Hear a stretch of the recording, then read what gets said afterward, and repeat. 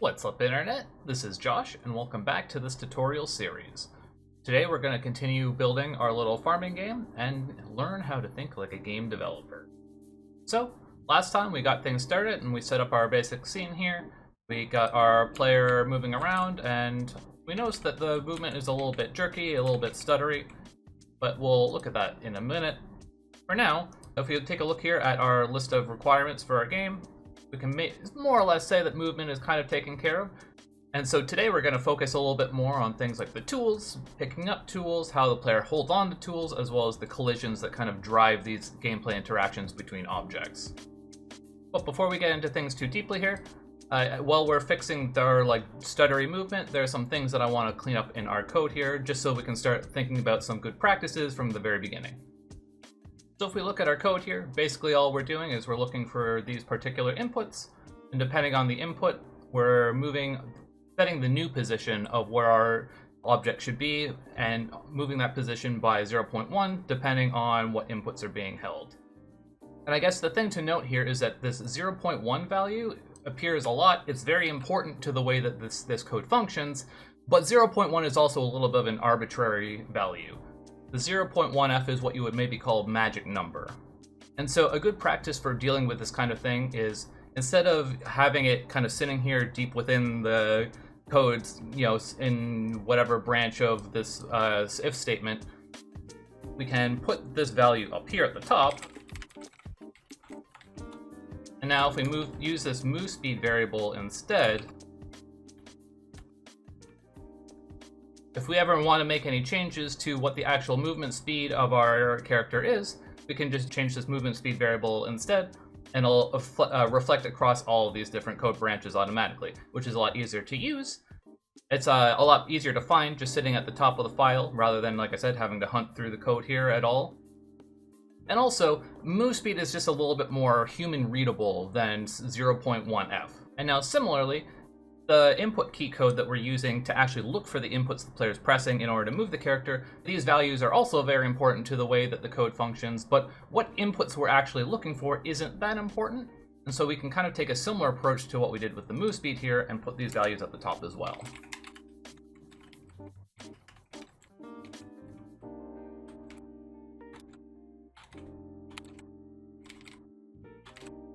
And now by using these variables, we've set ourselves up in a way where all the important values that are important to the way that the code actually functions are kind of at the top and very easily accessible. We can change them and operate on them very easily. And the actual operation of the code kind of doesn't care that much about what these values actually are. And so it makes it a lot more flexible and a lot more easy to kind of use this code in other places and do other things with it, if we ever want to use different inputs, for example. So now if we save this and go back to our game, we can see that these values that we just made up here, these public variables, we could also potentially call them member variables, are visible in the inspector here when we click on our player, and we can change them and modify them in whatever way we want. So if we decided that we want our player to move a little bit more quickly, we could just change this. There we go. Wanted to move much more slowly, we could do that as well. Similarly, if we wanted to change, what input is up, we could just change it to up arrow, and that works just as well. W no longer works, but up does. Well, that doesn't actually help us address our kind of jerky movement, our stuttering, so how do we actually do that? Well, let's talk a little bit about what problem we're actually running into, what's causing this stuttering to begin with. Basically, I mentioned last time how Unity is going to try and run this update function 60 times a second. But in reality, what's happening is that from second to second how many actual update frames you get is going to be determined by your computer, your CPU, how many things are going on in the backgrounds, things like this. So while in 1 second you might get 60 frames, in the next frame, or in the next second, you might get 40 frames. And in the second after that, maybe you get 70 frames. And the problem is, every single frame, no matter how many of them are in a second, we're moving our character by this move speed value, 0.1. And so if we get a lot of updates in a frame, we're moving our character very far. But if we get very few updates, we're only moving a short distance. And so when we're actually playing the game, the character kind of looks like they're going fast and then slow, then fast, slow, fast, slow, fast, slow, depending on the speed of our CPU and stuff like this. And so the way that we address this is by scaling our movement based on how long it's been since the last time the update frame ran. And thankfully, this is a value that Unity just stores for us, called DeltaTime. And so now, if we multiply how far we're actually moving by the DeltaTime value, if we have a frame where we have a lot of updates, our character will move a smaller amount every frame. Whereas if we have a frame where we have a small amount of updates, our character will move a little bit further to compensate. And so the amount of distance that the player covers in time should be the same regardless of how fast or slow your computer is running. And if we come back to our game, you can see we're moving very, very slowly because now we're taking our movement speed value and we're multiplying it by the time.delta is going to be a very, very small value, something around 0.013, I think. If just off the top of my head, maybe 0.13 and an extra decimal place or whatever. But regardless, it's a very, very small value. So we need a higher movement speed to adjust for that. But thankfully, because we made it a member variable in our input controller here, it's very easy to just change that even on the fly. And there we have it. Our character is moving around, and it's a much more smooth, and it doesn't have quite as much stuttering happening, and it's good and feels good to play. Now there's a bunch more that I would like to do here in this input controller, and we will do in the future. We're going to be back here, but for now this is going to serve our purposes, fix the problems that we have immediately. We've cleaned it up and we made it a lot more flexible, and so this input controller is a lot easier to kind of take input somewhere else and do something slightly different with it if we so choose. And so now with that brief distraction taken care of, let's move on to thinking a little bit about our tools. If we recall, when we made our player, at the moment we're basically just using a sprite renderer to draw the actual image of our farmer and the input controller to move the character around. But a tool is a little bit different object, it has a different requirements, and so the way we build it is going to be a little bit different, but there's some similarities as well. So to start off with, we're going to need a new gameplay object. We could just create an empty, but we know that we do need a sprite. So we can simply make a sprite for now. Call this just a tool for the time being. Where's our tool? Down there. Put it in the middle. Move it down a little bit.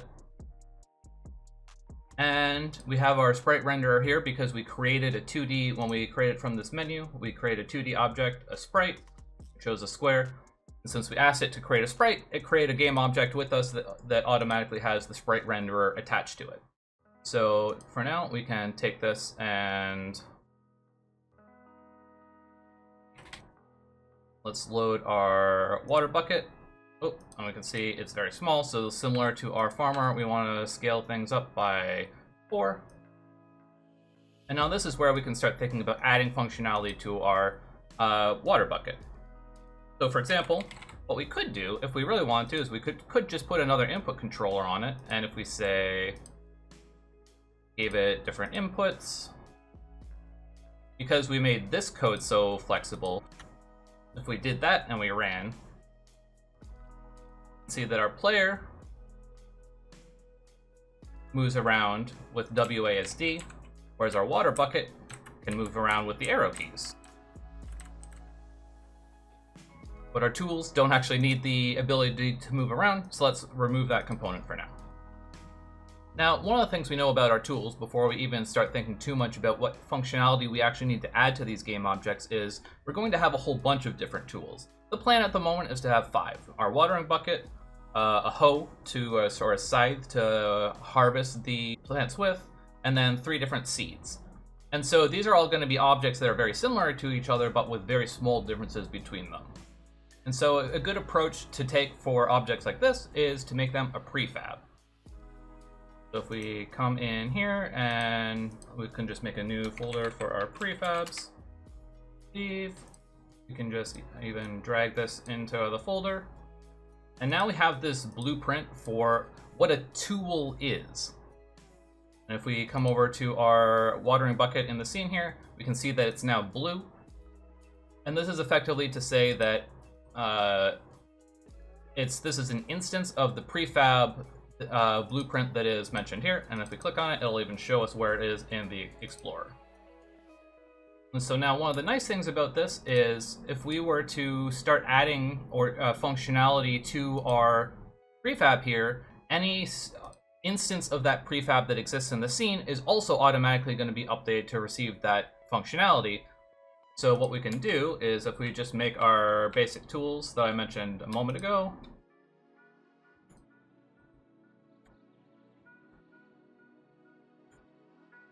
we said we're going to have 5 of them. We'll worry about the position later. But for now, let's just kind of give these different appearances. Let's make the second one our side here.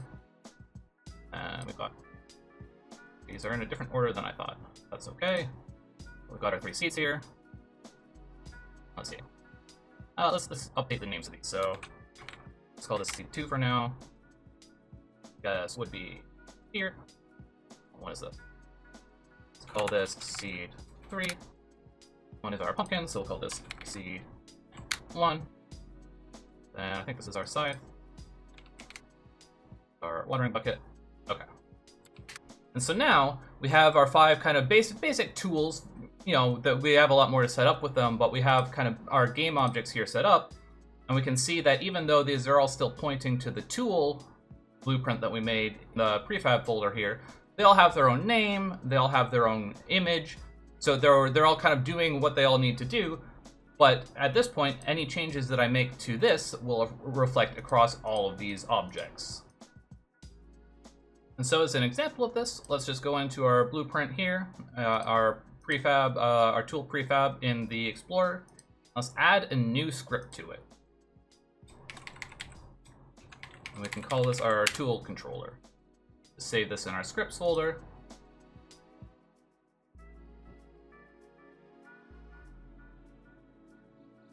Unity's giving us some weird errors that don't really seem to do anything. I'm pretty sure we can just run just fine.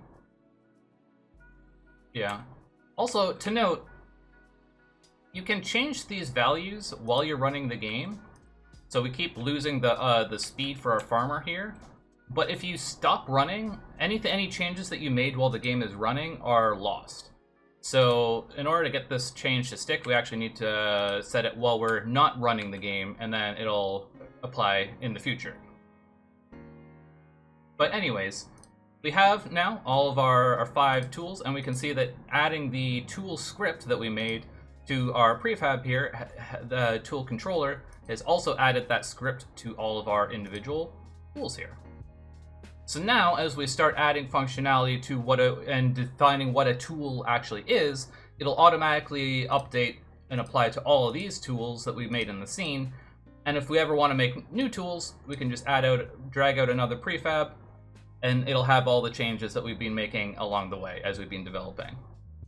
Realistically, if this was a game that had multiple levels in it, we would probably also want to make our player a prefab, because at the moment our player is tied to this scene, our sample scene. But if we were to load another level, that scene would have to have another object in it to represent the player.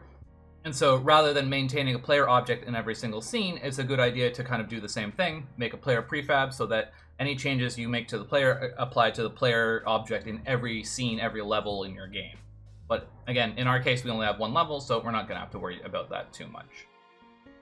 Now, if we look at our plan here, the main thing that our tools have to be concerned with is collision. Basically, the idea is we want our player to step on top of a tool and automatically pick it up and hold the tool in their hand.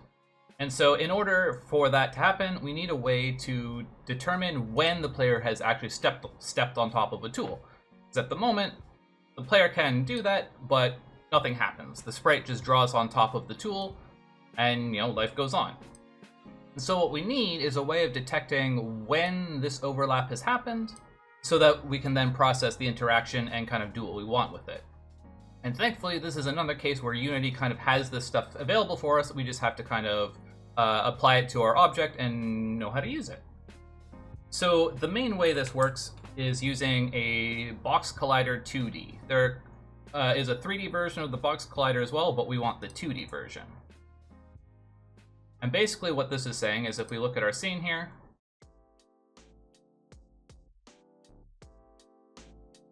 we can see that the box collider has a size setting, and this is determining the area that the box collider is going to look for when it's colliding with other objects. So you can drag that around and change the setting if it isn't kind of aligned to the outline of your sprite, but at the moment it currently is. But we also need one other thing on our player here. We need a rigid body 2D.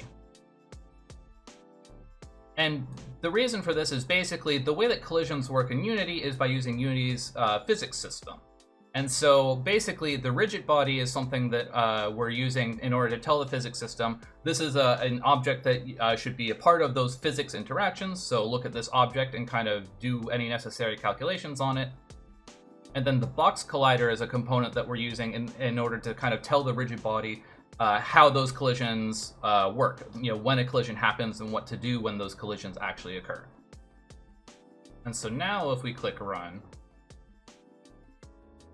you can see that our player kind of just slowly drops out of the scene, because now they're considered a part of the physics system within Unity, and so they're having gravity applied to them.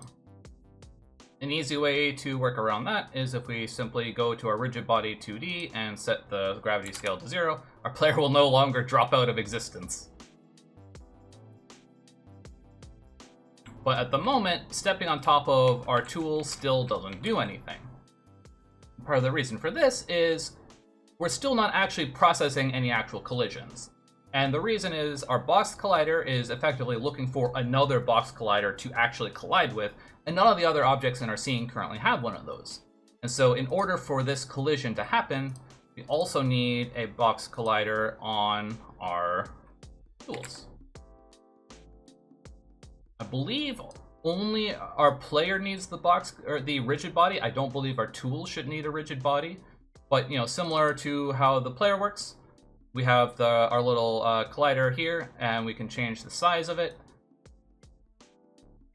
And the idea is, if this box on the tool overlaps with the box, the box collider that is attached to the player, then that is when a collision has effectively occurred. And so this is how we actually kind of detect when that happens. And now, because we added that to our tool prefab, all of our tools that already exist in the scene also have box colliders. And if we really wanted to, we could come in here and say, okay, this one looks fine. Oh, this one is a little bit off. So make sure this lines up okay. A little bit better. And I think these ones should be fine. Close enough. So now all the box colliders are set up on these objects. So now we can see that our player can actually kind of, there's interactions here happening. We no longer are able to just kind of walk on top of these objects, and we can even kind of like move ourselves around a little bit in weird ways. Which is not really what we want, but it is a sign that the physics system and the box colliders are working and doing their job.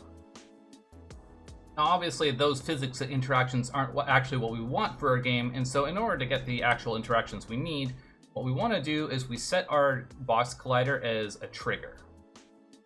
And effectively, this means that our tools will now be kind of exempt from the actual physics interactions, but it should still be able to process when collisions occur. Similarly, if we come over to our player here, I don't know if they both need to be set as a trigger, but I believe if we do this, now we can once again walk on top of our objects. And so now we just need a little bit of code to actually handle the actual collisions. But we determined that our collisions are a trigger, and so that the way that we do this is we go to our tool, want to start adding some functionality to our tool script here. I don't think we need this update function, but what we do want is this onTriggerEnter2D function. And effectively, if we look at the tooltip, it tells us pretty much what we need to know. OnTrigger2D is called when the collider 2D enters the trigger. And so basically, if the player's box collider and the tools box collider overlaps, effectively what should happen is that Unity will call this function for us on our tool and give us this information about the collision that occurred. So for the moment, let's just say collision. In fact, actually, what we can even do is let's use some of the kind of modularity that we looked at earlier in our input controller and trying to make our code a little bit more flexible.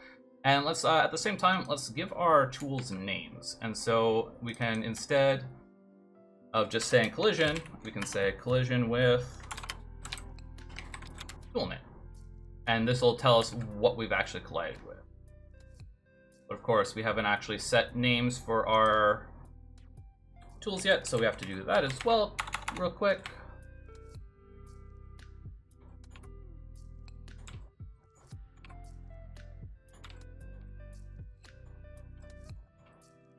Now we run that. Collision with seed 1, collision with scythe, collision with bucket.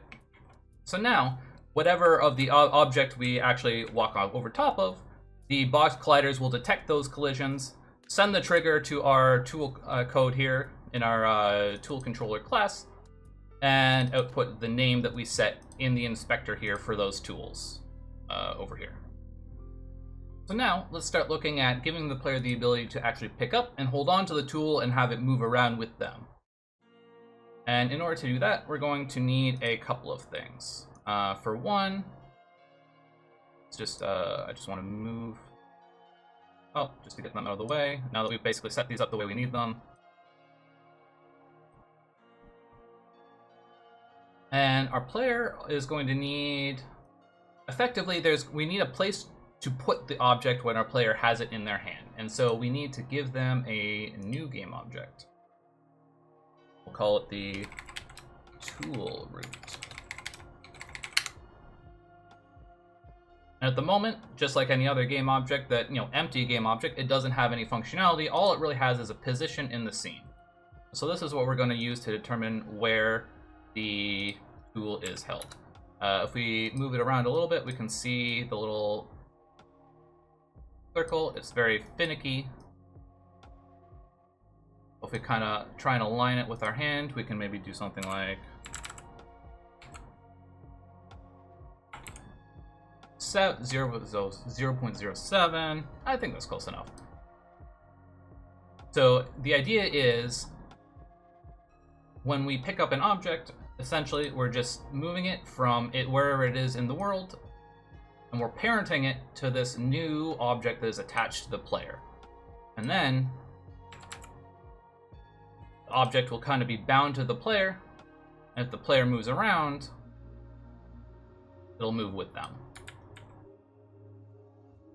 And so in order to actually use this functionality, we're going to need to add a little bit more to our player here. However, this isn't really an input thing. Our input controller kind of does a job, maybe not complete, but the player's ability to move around and stuff like that is not really related to this actual functionality.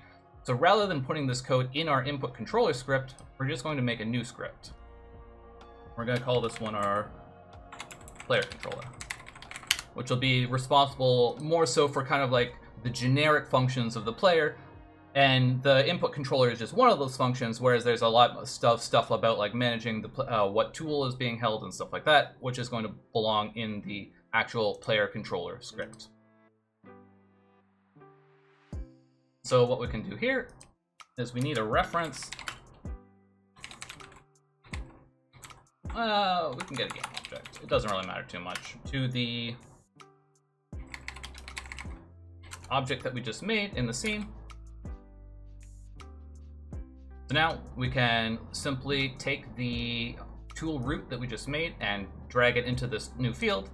And now we can refer to this object in code and do whatever it is we need to do with it, which in this case would be attaching the tool that the player is holding to this object, to this location in the scene. But the problem that we run into now is this code is in our player controller, whereas this code for actually colliding is in our tool controller. So effectively, we need a way of telling the player that the collision has happened, and then saying what the collision was with. And so thankfully, Unity provides us with this collision field, which kind of just describes what happened, what was the collision, and effectively what were the objects that collided when the collision happened. So if we say collision.gameObject, this is effectively just going to be a reference to whatever that object we collided with was. So ideally, this should be our player. And so what we can do is, if we look at our player, we're trying to tell the player controller that this collision happened, and the player controller is a component that exists on the player game object. So if this collision.gameObject, we can assume this is the player game object. What we need to do now is get the component of our player controller class. And this is effectively giving us a reference to the player controller. Now we can store this in a variable real quick, just so we can do some operations on it. The problem with this type of collision is that it'll run when other objects interact with the tool as well, so we want to make sure that the object that we're colliding with actually is our player. At the moment, we're kind of just trying to get the player component, the player controller component off of it. So what we want to do is make sure that that was actually successful and that it's not null. So we can say that if this value is null, we just don't want to do anything because it's not actually the player, and this there's not actually anything held in this value, so trying to operate on it would be dangerous and cause the game to crash. So now, making sure that the player actually isn't null, we can now assume that we have a good reference to this player controller, and we just need to let it know that we collide with our tool.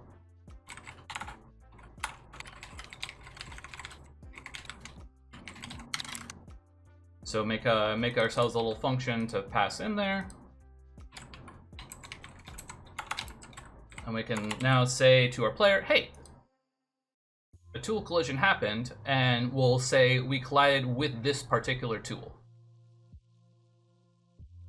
And similarly, if we had, say, some kind of scenario where our scythe were to overlap with our pumpkin seed, it would come into this code and say, oh, okay, try and get the player controller. Oh, your pumpkin seed doesn't have a player controller on it, so this is null, and it's just not going to do anything. And we don't have to worry about, creating interactions that we didn't expect to happen.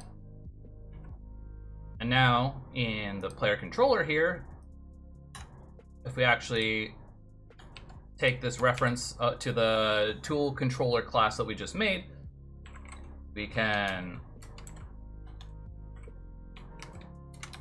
set it to this object that we made, our tool root, the object that's actually going to hold on to the tool for us while the player is holding on to it.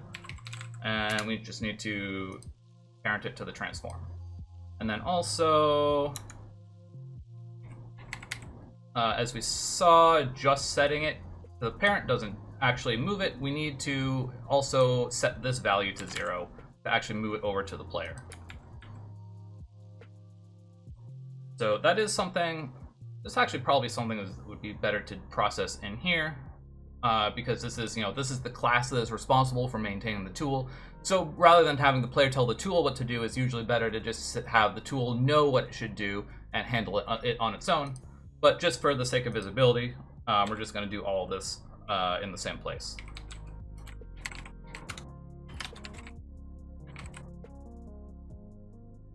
Now, whenever we overlap with the tool, it goes in our hand. And at the moment, we kind of just collect all of them. But we're making some progress. This is a good start. If we really only want to be able to hold on to one tool at a time, then we need a way to actually set the tool back to where it was when a new collision occurs. And for that, we're going to need a couple things. For one, we're going to need a way to store a reference to the tool that we're actually holding. And then the idea is, if we do have a tool that we're holding when one of these collisions occur, then we can do something like reset the current tool that we're holding to its original position, which isn't a function that exists yet, so let's make it.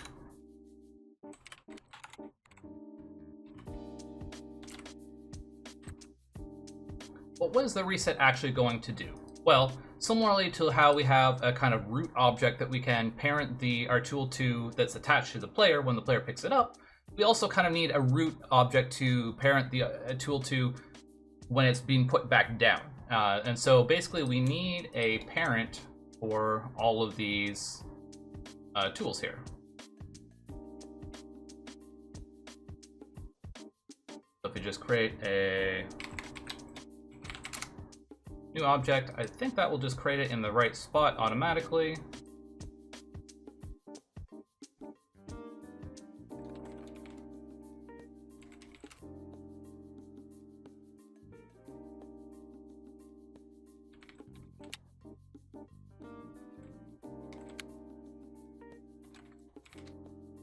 And then, similar to our player, our tools also need a way to know what the actual parent is. And we can maybe call that the original parent. Now, if we save this,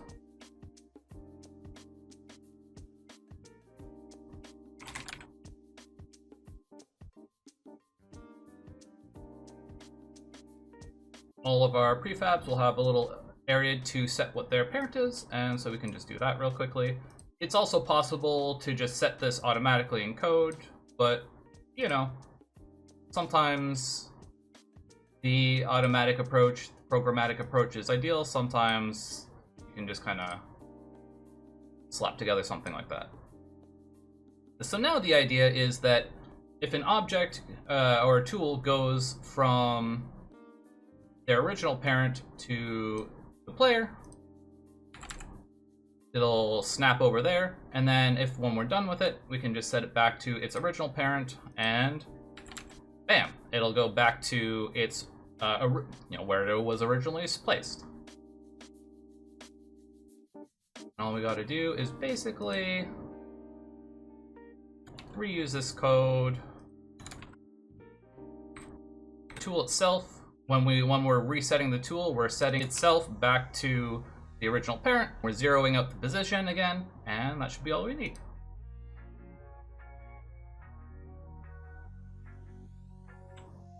Just like that. Now, we can pick one object and we automatically put the previous one down.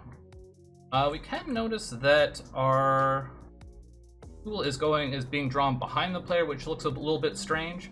We have this code that is zeroing out their position, and so basically this is setting their transform on the tool to underneath the player. So it'd be a little bit awkward. You know, we talked a bit originally about how you can't actually set the transform. We want to change the Z on our tool, and we learned last time that we can't just do that directly. So it would be a little bit awkward to try and change just the Z away from this vector 3.0 value. But what we can do instead is if we set the actual parent's value to -1, that should be in front of the player.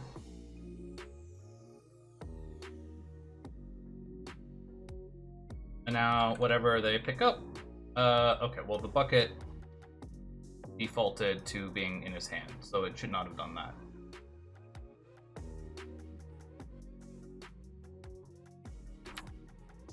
And if we just put our bucket back real quick, we can see that whatever we pick up now at least displays in front of the player.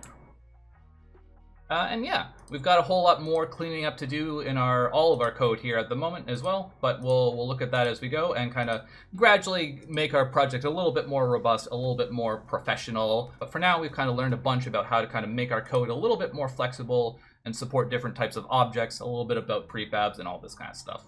So yeah, I hope you enjoyed this tutorial. I hope you learned something. Feel free to hit like and subscribe if you did. And in the future episodes, we're going to continue expanding on this concept and looking at things like how to plant seeds, how to use your tools on those seeds and get different interactions depending on what the tool you're holding is. And we're going to kind of continually improve on this code and make it cleaner and stuff as we go. But for now, that's it for today. So, catch you later.